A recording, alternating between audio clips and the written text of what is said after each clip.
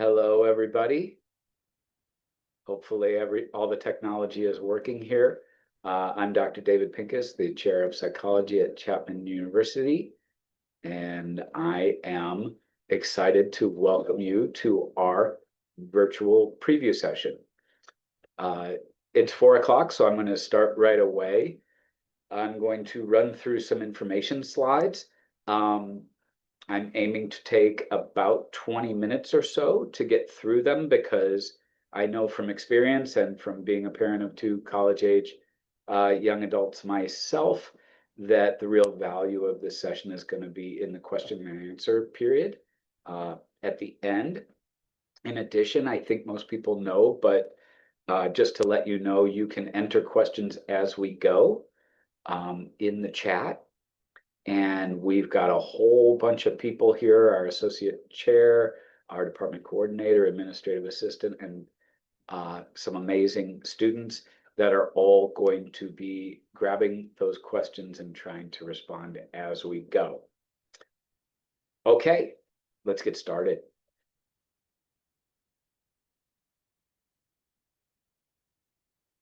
Oh, I'll introduce myself first. And I wore the same sport coat, so you can recognize me. I'm Dr. David Pincus, the professor and department chair here. Very, very proud to say that. I just started as chair in September, so I'm new in the role. This is my first virtual information session. I've been here a long time, though.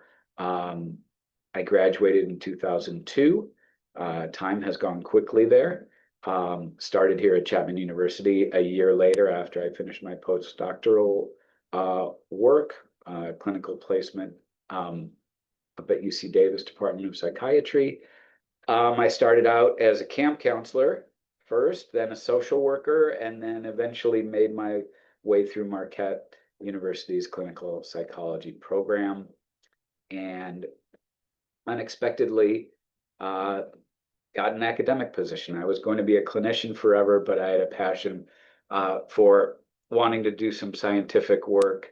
What I study is complex patterns of change over time, measuring flexibility and structural integrity in emotion, perspective taking behavior, relationship with self and others, and looking at how the connection among those different aspects of experience and how their stuckness or flexibility relates to our psychological resilience and psychotherapy. And I realized I wasn't going to be able to do that in a full-time private practice. So I've had a good run here at Chapman University for a little over 20 years. As I mentioned, I've got a couple of kids in college.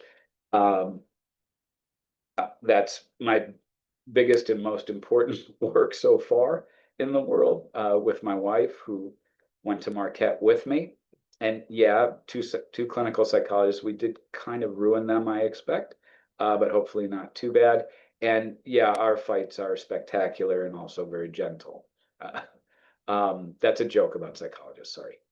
I have passion. I don't play as often as I did for ultimate frisbee mountain biking, but it's an e-bike now. And I'm not too ashamed of that. I took up drumming as a midlife crisis activity, which I love doing in a soundproof attic. Keeps me balanced. I'm a long time harmonica player, mediocre to good at that, and I love theater. I'm going to pass to my associate chair, Dr. Julia Boehm, to introduce herself. Hi, everyone. My name is Julia Boehm. I'm really excited that you all are here and potentially interested in joining our psychology department.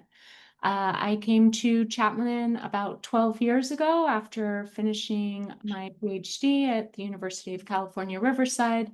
I also did a postdoc at the Harvard School of Public Health. In the department, I teach statistics, which is not as scary as many of you might be thinking. I also conduct research with undergraduate students about how people can thrive and lead healthy lives. Outside of work, I love to play pickleball, and I spend a lot of time on the sidelines of my kids' soccer games watching them play. So I will turn it over to the next person. Surprise, that's me. Welcome everybody. My name is Nicole Ngurai, and I'm the program coordinator for the Department of Psychology here. And I'm a Panther through and through. I received 2 degrees from Chapman. I got both my undergrad and graduate degrees here, and I've been on staff here for the past 7 years. So I think I like it here a little bit, and I hope that you guys come to love it as much as I do if you join us next fall. But I oversee just overall department operations, and I'm your go-to person if you're not sure where to go. I love helping students. As a student previously, I have that student experience, and I'm just here to help get you towards that graduation line. So, few fun facts about me. I was one of the founding officers of Chapman University's Latinx Club on campus, and I love spicy foods and salt and straw ice cream. Thanks, Nicole.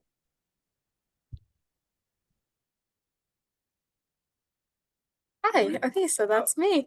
I'm I'm Maranthe. I'm the administrative assistant for the Department of Psychology. I'm the newest member of the family. I just had my 6 months, so very happy to be here. I am also a Chapman Panther. I got my undergrad here in global communication and world languages, and I'm currently pursuing my master's here as well. So yeah, I do also, like Nicole, love it here. um, I do mostly budget tracking, some major minor processing, and mainly helping Nicole and the department and you guys with whatever else comes up. So feel free to reach out to me if you guys need anything. And some fun facts about me is I love reading, writing, photography, and word carving.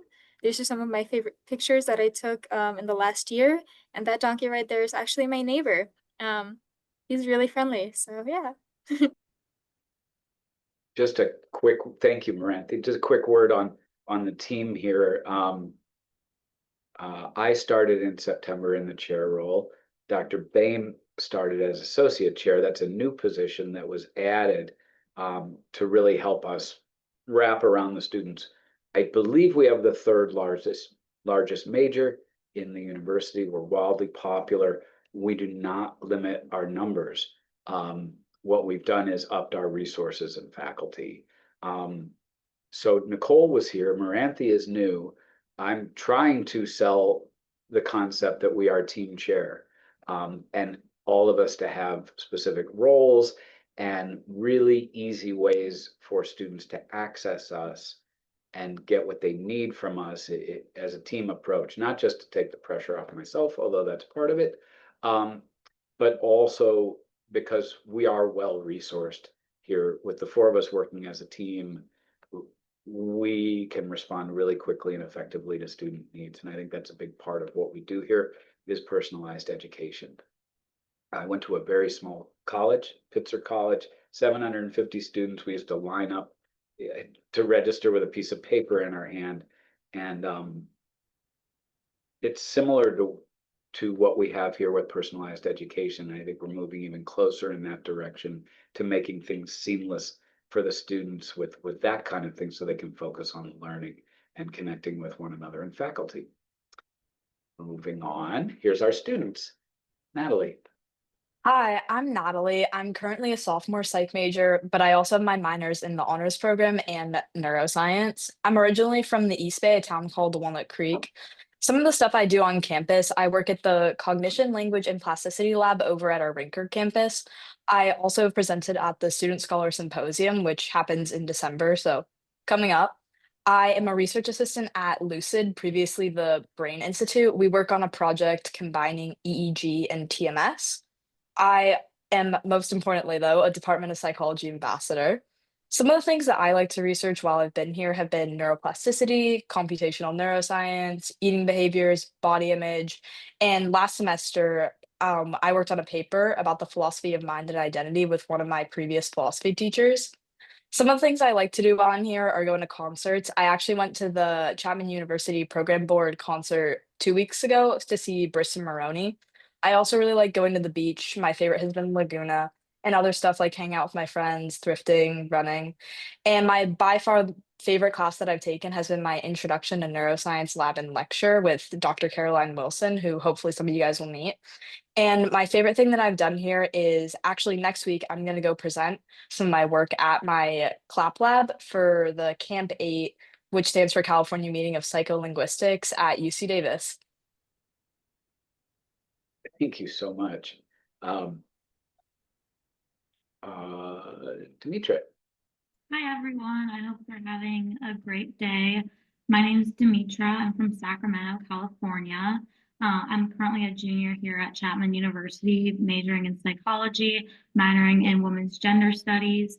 For some of my involvement on campus, I'm a member of the Delta Gamma sorority, so we raise money for the visually impaired.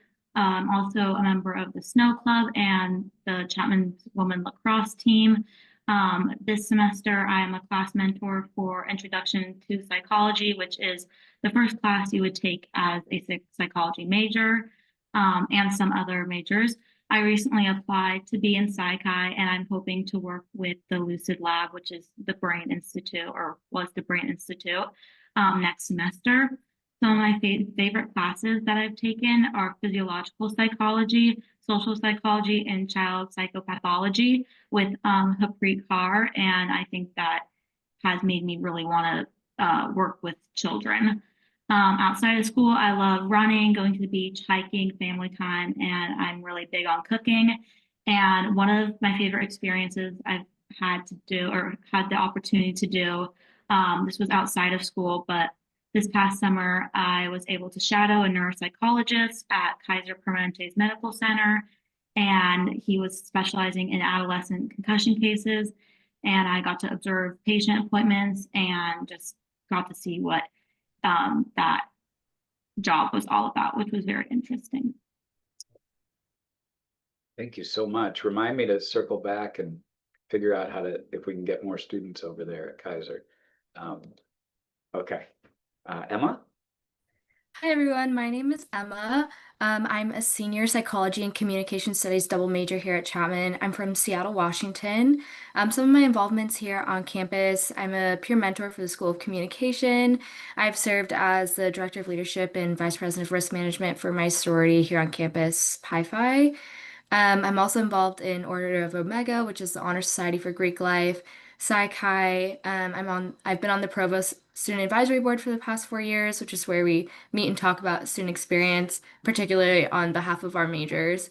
I served on the Delight Ministries Executive Board for the past 3 years, and last year I was honored with the Junior Outstanding Leadership Award. Some of my favorite psychology classes that I've taken over the past 3 years are Sensation and Perception, Psychology of Learning, Abnormal Psych, and Child Development. And then I get a lot of questions about how my two majors kind of interact with each other and how psychology applies to that. So two of my biggest interests are organizational psychology and kind of looking into improving people's job experiences through the psychology lens. So that's how I apply both of those together. Thank you. Thank you, Emma. The industrial organizational piece remind me to circle back. I'm super curious about that. Absolutely. Hi, everybody. I'm Kaylee. Kaylee Campana. I'm a senior psychology and education major.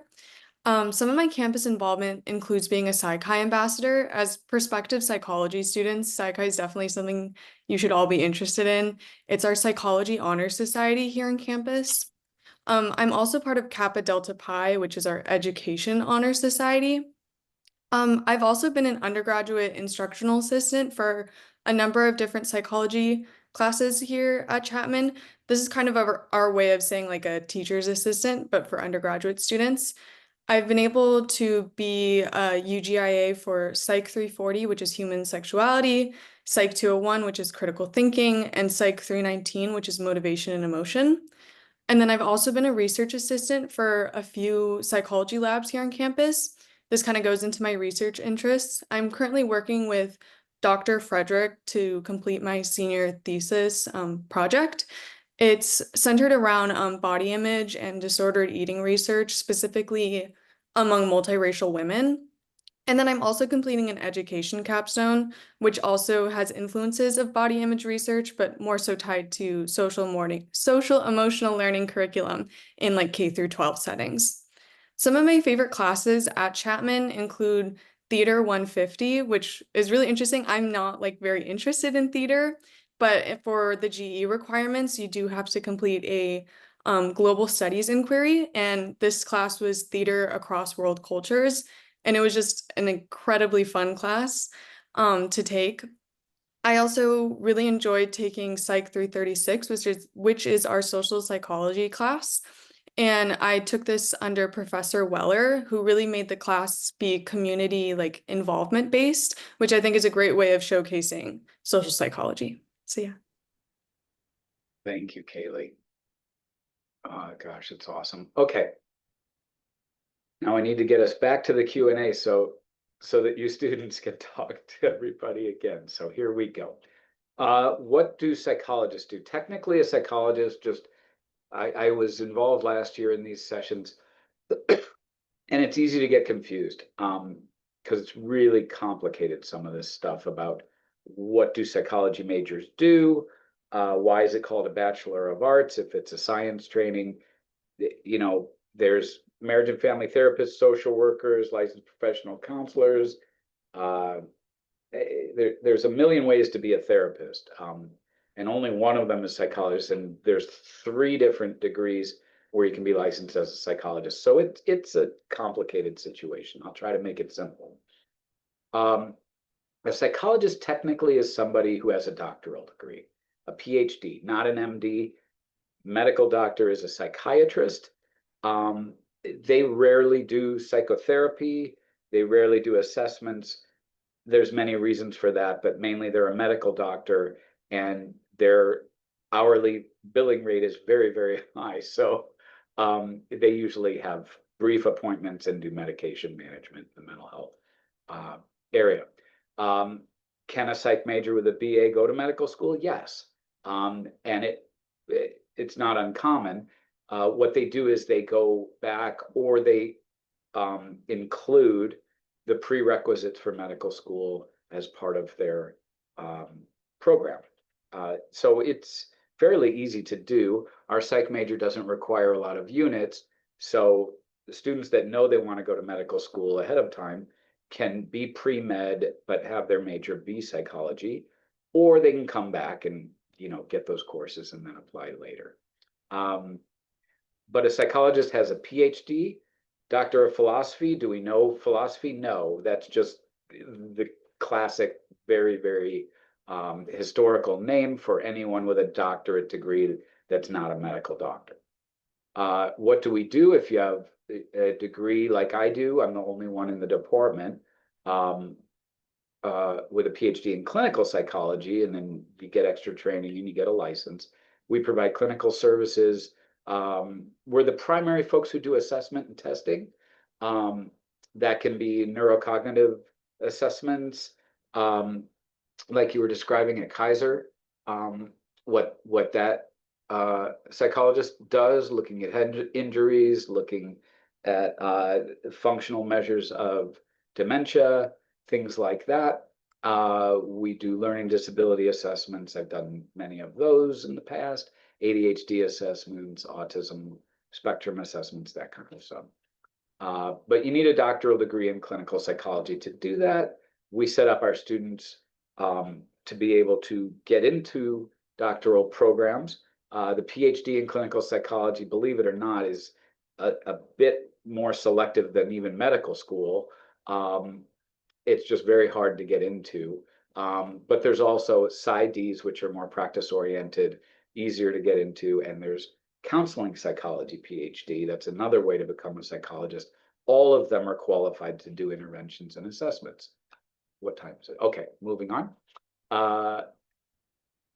Everybody else in our department, the other 19 faculty, are psychologists, but not clinical psychologists. They're not licensed. They don't do applied work. What they are is scientists. And every course that you take as an undergraduate, you can get a PhD in that area. Motivation and emotion, development, cognitive psychology, social psychology, personality psychology. The most common of our faculty are social psychologists, specifically focused on health psychology. How do health-related habits, emotion, perspective, and mental health relate to physical health outcomes? We've got diversity in our faculty, but we have a core group that are focused in that area. Dr. Boehm is one of them. They're all, her in particular, I don't want to embarrass her, but top 1%, you know, best of the best worldwide. As productive as anyone you would get at a UCLA or another Research One university, where you would almost never have a course with that person. You would get a graduate student. Chapman is magical in a strange way, in that you've got these high level, you know, internationally known researchers who are also great teachers and working directly with undergraduate students, because we do not have a graduate program. So if you were impressed by our students, part of the reason, it's them, but it's also the opportunity here, essentially, and you all may not know it until you graduate, but you've been functioning as graduate students already. And that's evident in your introductions. Okay, moving on. They educate, so they work in universities as instructors, again, especially at Chapman. And here's what we focus on. Psychology is the science of feeling, thinking, doing, and relating with self and others. So if you think you might enjoy that, that's, I think, why the major is so popular. It's interesting and also applicable for almost any profession that you may want to go into. Here's our other faculty. I got here in 2003. We acquired Dr. Glynn from UC Irvine. She was already a world-class researcher at that time. It was a major acquisition. Her research program is off the charts. Developmental psychology, starting in the womb all the way. She's got data all the way, I think, to adulthood at this point.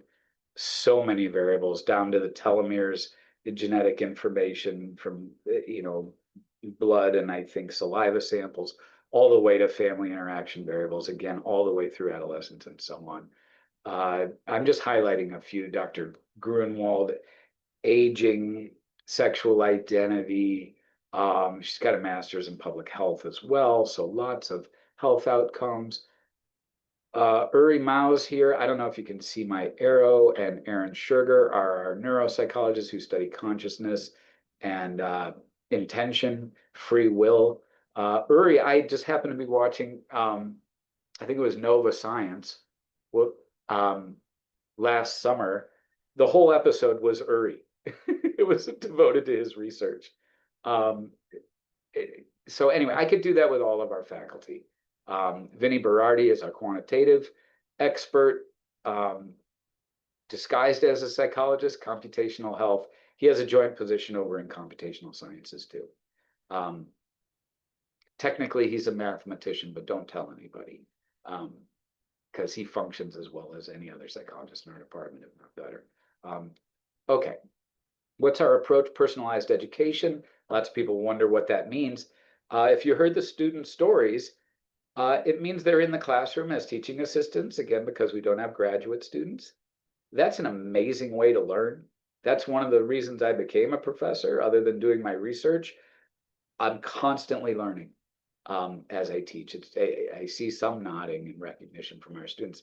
It's unbelievable how much you learn trying to teach it to somebody else. And they're working with, most of them, Dr. Frederick, a world-class evolutionary psychologist focused on body image, identity development, a million different things. He publishes about 10 articles a year. I mean, he's unbelievable. He came right after we acquired Dr. Glenn. The faculty, again, are world-class, but more importantly, they're accessible. And even just a regular class, the class sizes are small. You know, typically 30 would be a large class. Psych 101 gets larger, but that's okay. It works just for that course. You know, I'm meeting with students after class. I know my students. I'm terrible with names. Even I end up knowing my students' names. I certainly know them by face, and I know their life stories and what they're interested in. And it's really a privilege that we get to do that and form relationships with our students. How does the program work? I like this layout. You take 6 foundational courses that everyone in every psych program takes nationwide. These are suggested by the American Psychological Association, and they're the basis. They're the platform upon which you can then pick have some options in the process-oriented courses. For example, you need to understand psychopathology, but you can take a course in adult or child depending on your interests. We offer a choice between personality or social psychology because, believe it or not, they overlap a lot, and so on. You have a choice of advanced applied courses in clinical psychology, when we can get a good instructor for that. Sometimes sports psychology, just a broad range of areas. And then we encourage our students to do internships. You heard a few great examples. Individual research in faculty labs, learning how to do research by doing research. And then a senior project, which can be a 1-semester lit review, learning about an area that your student's interested in. You get to choose and you get guided in how to really dig into the scientific literature on a specific topic and understand it well enough to be able to eventually design a study of your own in that area and contribute, or you do a year-long study where you actually are carrying out a research study. My plans for the future, this is tentative. It depends on faculty input and if it's actually a good idea or if I'm missing something, but I'd like to have those independent research experiences with faculty. If they go for a year and they're productive, that those would count as a capstone project too. And we're also hopefully going to work on some applied research capstone projects with local businesses that are looking to hire our students, as sort of a hybrid model where they work, say, with Calm app on some specific problem that's data driven, and they have a research supervisor at Chapman and one over at Calm. But there are many things that could go wrong with that. It's just a dream that I have, but within 3 years, I hope to have that done. I see Emma smiling, so that's encouraging for me. Bridge and affiliated programs. This is exciting. We're having an information session next week. This landed right in my lap about 4 weeks ago. The Arduous Business School reached out. They said our local employers are looking for psych majors that have a 1-year MBA, and they offer it right here. They want to admit our students right after they graduate. They'll do a 1-year program. They'll have a bachelor's of arts or sciences, because we're going to start our BS program next year. I'll get to that in a moment. Either one is fine. And you go for a year, you get an MBA, saves a lot of money, and it's an easy sort of transition. And I believe them. They have really, really good local connections with companies that are hiring. They mentioned Allergan. I don't want to get ahead of myself, but there's a lot of health-related companies that want people with MBAs, but also with a scientific background, a basic understanding of research and statistics, which is what our students get. And then they plug them in. And those are really good paying jobs. And even if they don't stay in that career track forever, it's great experience and you get some money in the bank so that you can afford to make a transition down the road. So I'm very excited about that partnership that has just started. We have a BS program option coming on board. It's going to be a much smaller degree. The plan is, I think, to have about 70 students in that. Our psych major, the BA, is much larger. I hesitate to tell you, but between 600 and 700 students. So this would be folks who are focused on taking extra courses in statistics, data analytics, and a little bit more basic science focused on behavioral medicine, the connection between psychological variables and physical health, the kind of things that Dr. Boehm and many of our other faculty are focused on and ready to deliver in the classroom. For those folks, the BA will get you into grad school, no problem. That's much more common nationwide. That's the standard model and well respected and ideal for grad school and employment. But if you're wanting to have either a graduate education or a career that's more data driven and you really like that sort of thing, that's going to be an option for those students. I'm hoping with that to also, it's right there to be very easy, and I know they want to do it, to have similar to the 4+1 MBA program, Masters in Business Administration with the Arduous Business School here. Our computational sciences program is ready to go. And again, one of our faculty, Vinny Berardi, he is a joint appointment in psychology and computational sciences. That would be a way for those data interested students to get more quantitative training even beyond the bachelor's degree. And then we've got our Master's in Marriage and Family Therapy program. I was joint appointment with that program for the first 10 years here. It's fantastic if you want to be a therapist and you want to understand the role of relationships in people's functioning and in interventions. It's a great program. What really makes it stand out to me, partly because I was involved when we built it, we've got an in-house clinic right here in Crean Hall with 6 treatment rooms that have one-way mirrors and bug in the ear technology and telephones so that you can call in. That's part of our supervision. So the whole supervision group can watch a live session going on and communicate with the therapist to contribute to the therapy process. It's a great way to train. And we're very closely affiliated with them. Our graduates, I mean, it's not automatic, you have to apply, but they can get in and be a therapist if they want to. It's pretty seamless because our undergrads are so well trained. Okay.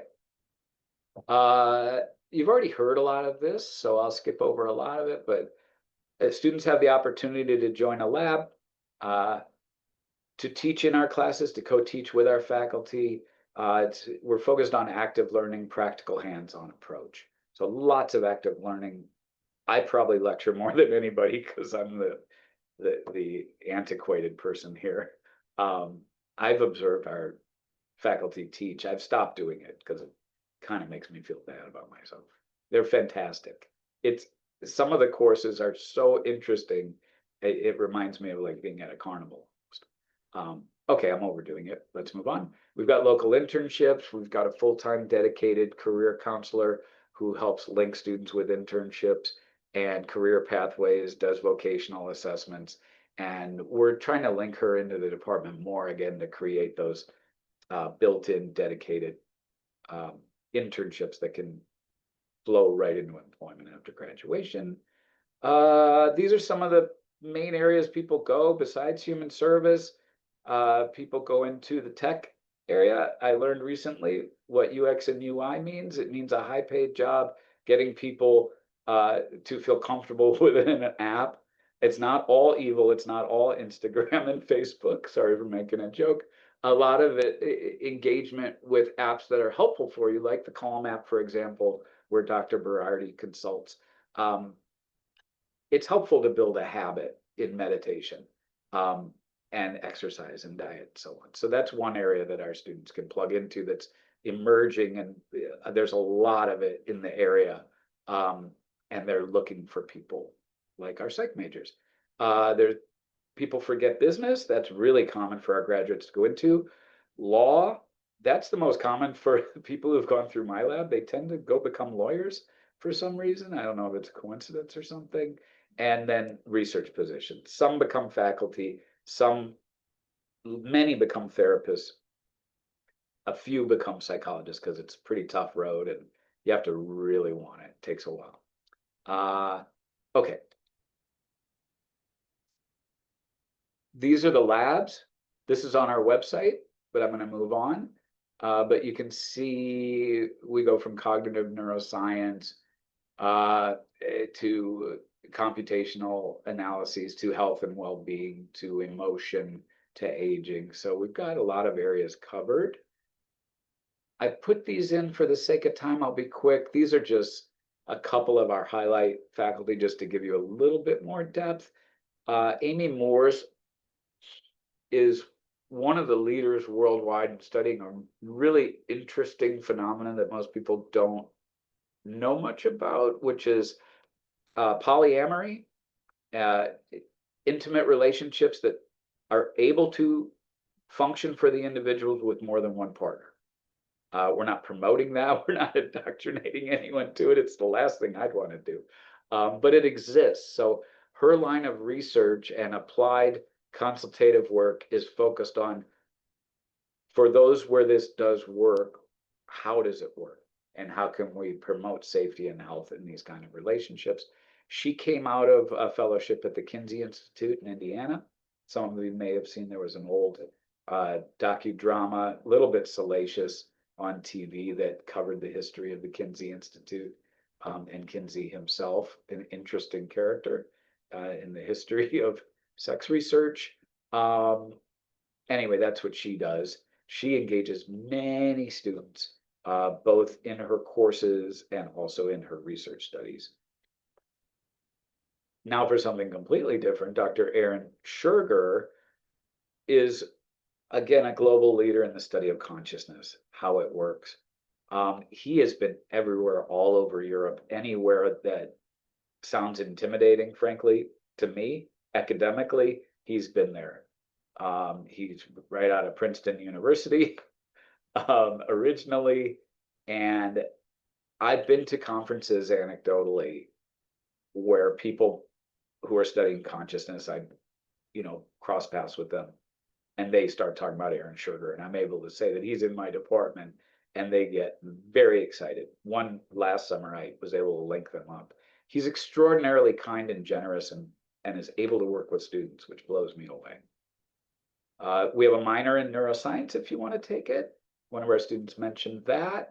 That goes well, thank you. Goes well with a psychology degree. For those interested in neuroscience, you can dig deeper into that area.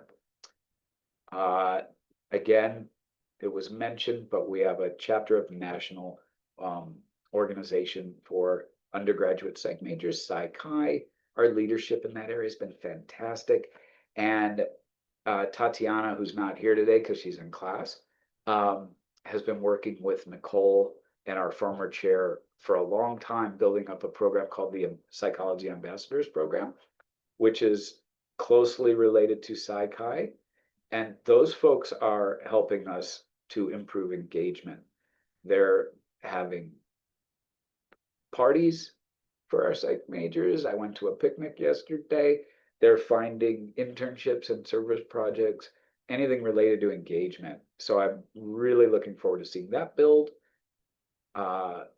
That's a big part of networking and professional development. I'm going to be working for 3 years trying to really help support everything we're doing there. And if you're in Psych-Chi, somebody wrote this, you get cool swag at graduation too, which is fun. Okay. Advising briefly, you've got 3 sets of advisors. Your academic advisor helps you with all of your courses. About 2/3 to 3/4 of your courses will be outside of psychology. And like that cross-cultural theater course, you're going to get some of your most amazing experiences there. You've got a faculty member. All of us carry about 35-40 advisees to help you with everything psych related. And then Amy Almeida, again, superstar career counselor who helps with internships and jobs. These are our numbers, which we'll update soon. I noticed today they're a bit old, but you've got to wait and let people graduate and see where they land. Not everybody, in fact, most people don't go directly into grad school. You're more competitive if you have a year or 2 out in the world, because then they know you really want it, and you've got life experience. But Our last measurement, we had over 60% of our students going to graduate school and getting in, and these are pretty impressive institutions here listed on the right. Okay, questions? Thank you. Thanks, Dave. Most of our questions have been coming in through and they're mostly answered. So if there's any others that you guys want to send through to us, please do.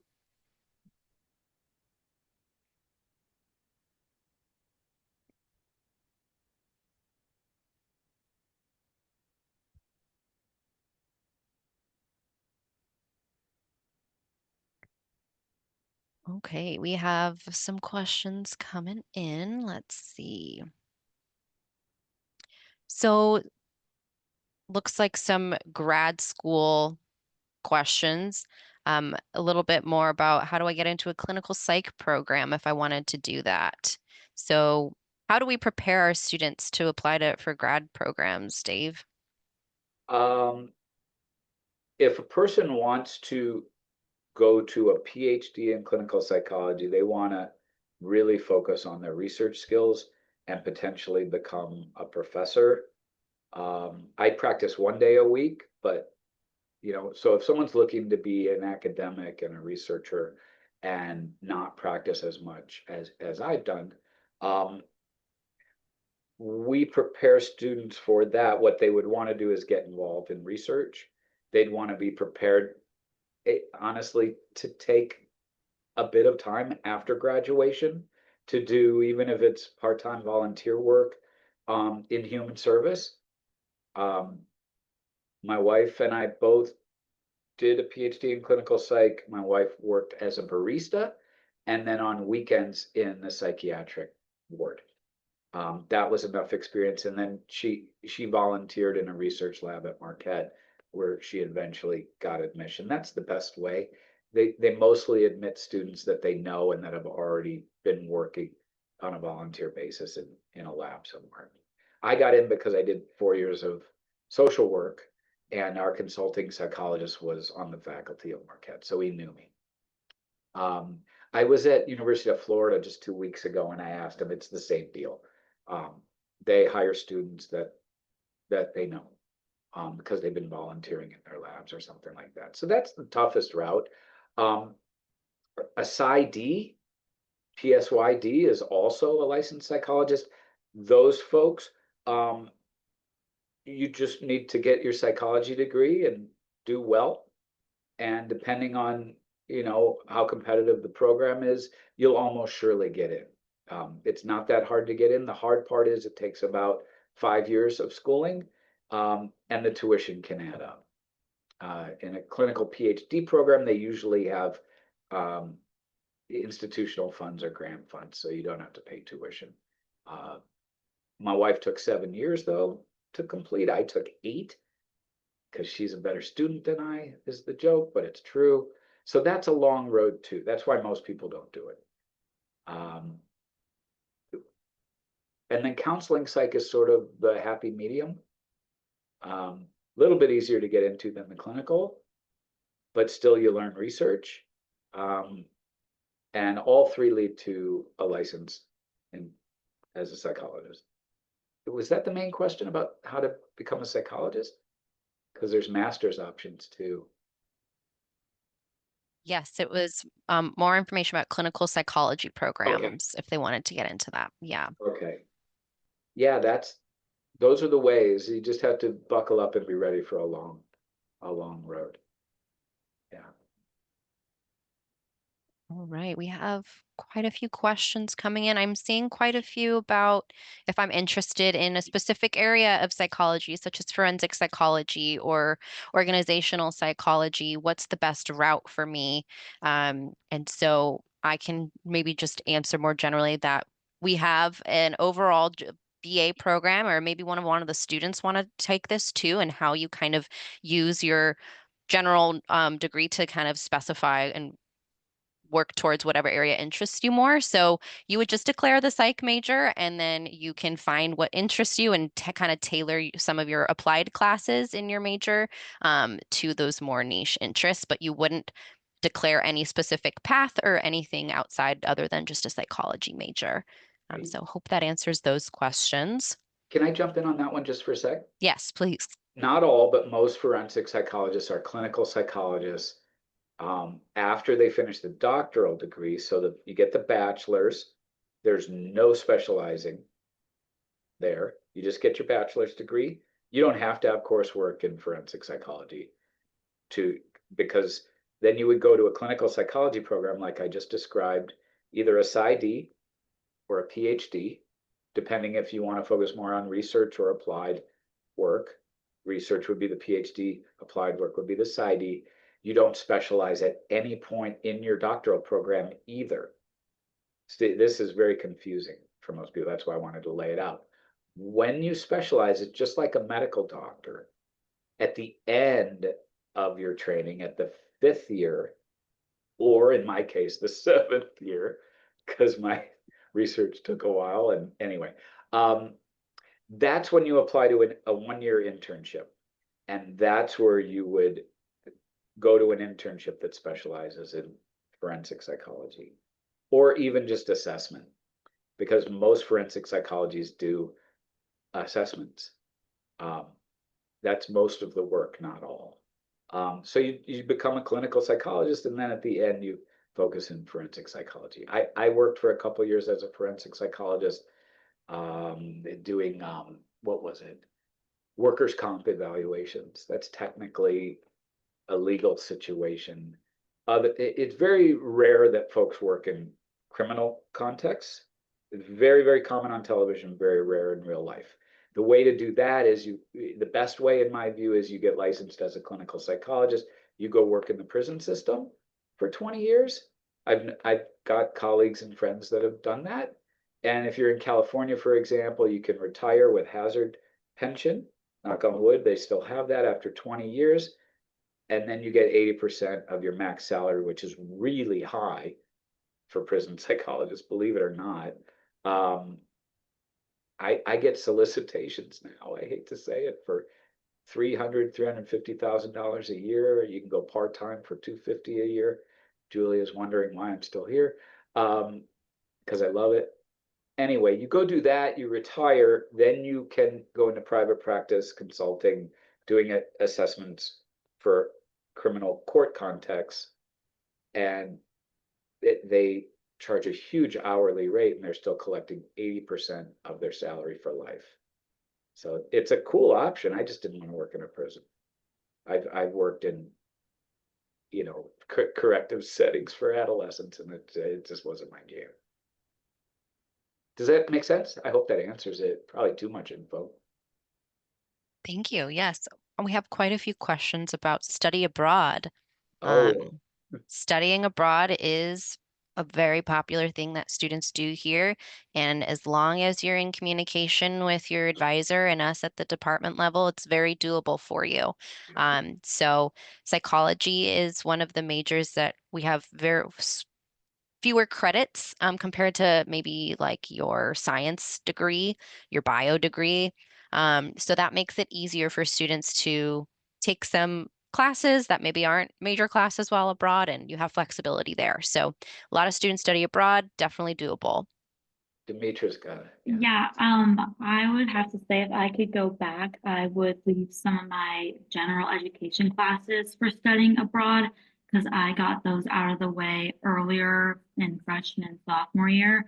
And now that I am going to go study abroad, I have more of my psychology classes to complete, which isn't a problem. But when you're abroad, if you do want to just take more fun classes, and some programs, when I was looking where I want to go, don't have all of like the classes you do need to take. So that kind of, I was like, oh, I can't go here because they don't have, let's say cognitive psych, and I need to take cognitive psych as I'm ending my like undergraduate career. So I would leave some GEs open if you do know you're gonna go study abroad. But if not, then that doesn't matter. But most programs do have a lot of psychology courses, but some are limited. Where are you going? I'm gonna go to London.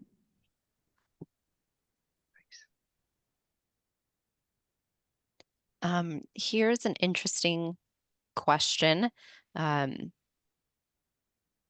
Looks like Natalie is answering it too. Curious about how AI is changing in the field of psychology. What guidance would you offer students who want to be ready for opportunities and challenges that may come with these changes? I'm happy to jump in unless one of the students wants to.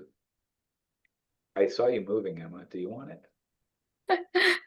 I can give a really brief and Please, because I very expect you know more than I do. That was gonna be my answer. I can give a really brief summary, not necessarily on how this applies to clinical or specific fields of psychology itself, but just in general. I think that there is such a need right now for people really want to see how you can still have in-person communication and connection with others. And as a psych student, that's a lot of what we spend time learning about is connection with others and learning how people interact with each other. So just that basic skill itself is super important in making you stand out as an applicant, either for grad school, master's, or even if you just go into the general work field like I am considering doing. Additionally, I've had some professors. I took sensation and perception with Aaron Sugar, who we were talking about earlier, and he discussed a little bit about kind of the research that's going into this. So there's a lot of professors in our program who actually are starting to do research on this topic. So I suspect that it will become actually a research topic that maybe some of you can get involved in the next few years. So I think it's actually a very exciting time to really dive in. And I also know on campus, they might be starting up a task force for students to get involved in to really apply how AI is affecting our education and our connection here at campus. So I would be excited about it because a lot is coming in that field. Oh, yeah. A few anecdotes. Well, first, not an anecdote. It's top of the list for us to focus on in psychology over the next 3 years while I'm serving as chair, for many, many reasons. But the main one is the resources that we have. I think we're better positioned than any other department on campus, frankly, to adopt AI and use it the right ways, both in our research and in the classroom. Here's why. Uri, Aaron, our neuroscience faculty, and also Vinny Berardi know AI. They're all trained in computational modeling. I was familiar even 10, 15 years ago. It was called machine learning and neural networks models. I never did them myself, but I have many colleagues who were in that area. So we're familiar with it in that respect, some of those guys more than me. But also there's a lot of human effects. So anecdotally, my wife, for example, has seen a load of solicitations coming in her inbox looking for psychologists that can help with the problem of AI psychosis, people who get too connected with their AI. There was some recent news reports, New York Times and others. People are getting driven by their AI to get over-connected, and the AI pumps them up so much that they become delusional. The case I heard on the New York Times podcast, the fellow thought he was a math genius who had solved the problem of human consciousness and the ultimate equation to solve everything all at once. And he hadn't really even had any math training, but it happened over a year and a half. There's also the problem of suicidality, which has come in the media recently. They're looking for a psychologist to help put, and undergrads, I would think, to be employed in the area of putting in stopgaps, protective measures, referral sources. I've had my colleague that knows AI at Chapel Hill jokingly nicknamed it Davy Pocket because my name is Dave. I was working with him 15 years ago on a text-based manualized therapist that I just never have done anything with. I've been too busy, and I'm actually waiting until the AI is able to do the coding for me because I don't have the patience to do computer coding, honestly. So there's that, and in the classroom, we've been putting it in, and I'm hoping to share more of what's working and what isn't.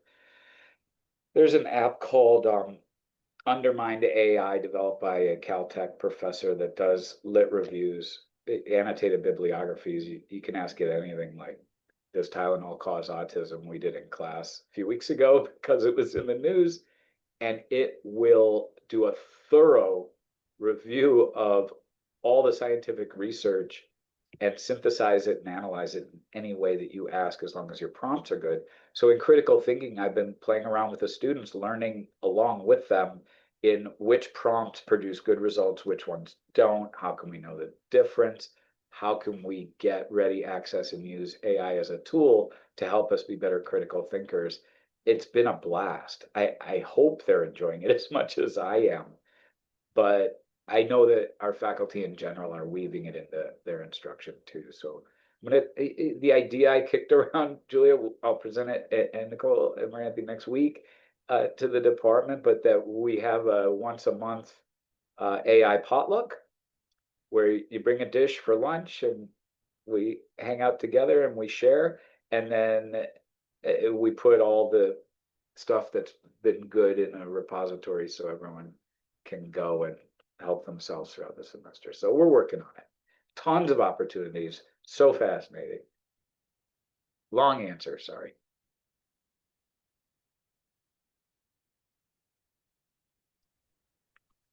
Any of the students want to add anything before we Let me- wrap up here? Most of our questions have been answered, so I just want to.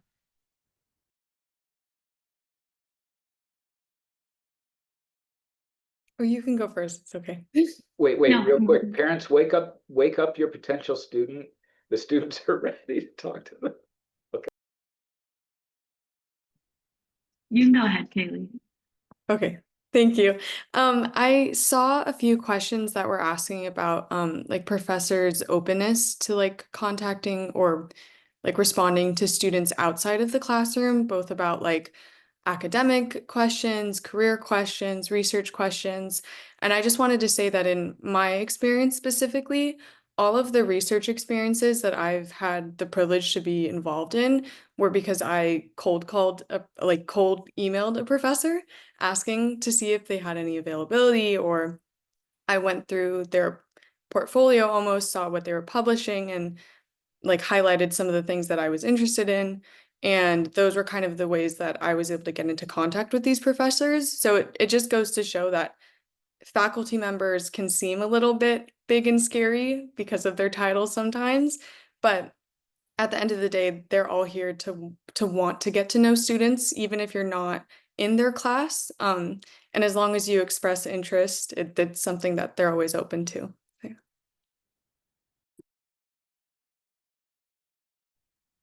Yeah, I was kind of going to say something similar. One of the reasons I came to Chapman was because of the small class sizes. I've had classes that are 20 people, 10 people, and you can just really get to know your professors and go talk to them after class. They'll walk with you around campus. And I know at other schools, it's like you have to go through the TA and then through another faculty mentor and then through another one. And you might not even ever see your professor besides, in the classroom. And so something I really love about Chapman is the connection you have with your faculty and your professors, and they're always willing to help you whenever, office hours, outside of office hours, in person, over Zoom.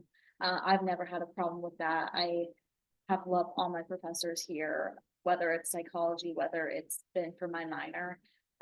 So that has been really helpful for me in my education.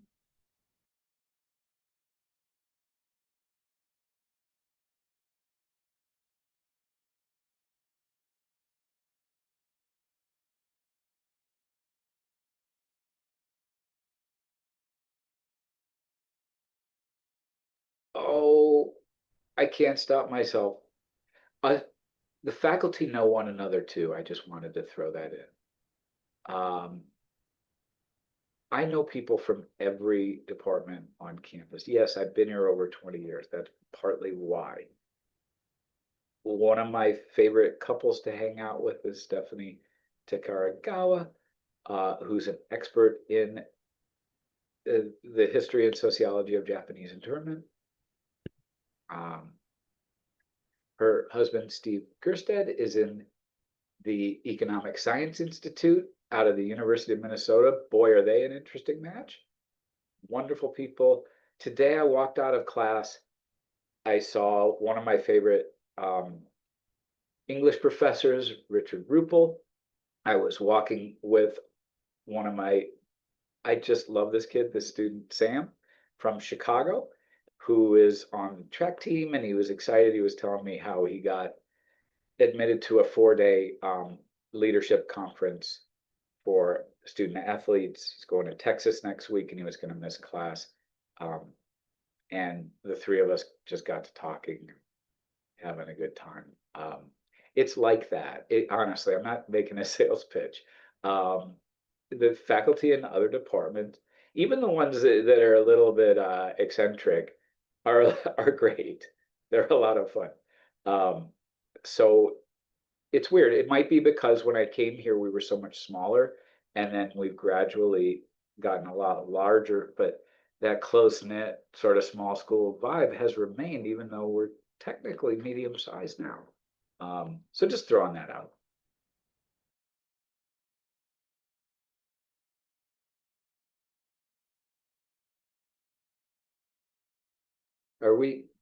Have we expired our questions and our time, Nicole?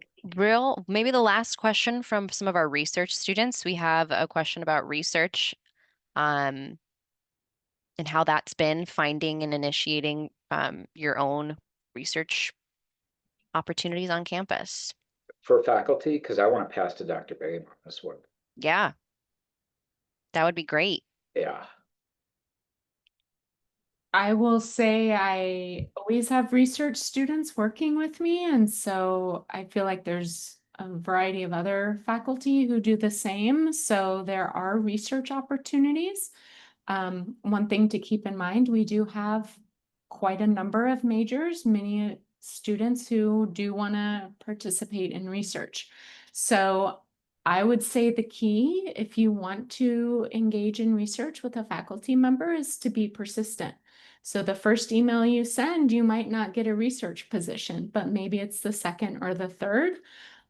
Maybe it's talking to a professor who you have a class with who knows you really well, and that's your in. So persistence is key for getting a research position. And I think it's a wonderful experience, as some of the students on the call here have alluded to. I'm familiar with Dr. Boehm's record. In the past 5 years, you've had 25 students working with you in your lab. Sorry, I'm going to embarrass you. They have co-published journal articles with you. Dozens of research presentations at conferences. So yeah, I just want to point that out. You're a bit of a standout there, but there's at least five, maybe more of our faculty. I don't understand how you all do it, but it's great. So yeah, just throwing that out. I guess they're persistent, and then they work with you. But boy, is the payout great. And that answers all of our questions. So thank you, Dave, and thank you everyone for your questions. And yeah. They have follow-ups. Who should they contact? Me? You? Sure. If you have any follow-up questions, go ahead Yeah, and I send can- them to psychology@chapman.edu. Thank you. That is very easy to remember. Hopefully, it's just the program that you want to apply to and join, psychology@chapman.edu. So, yes, thank you all, and have a great evening.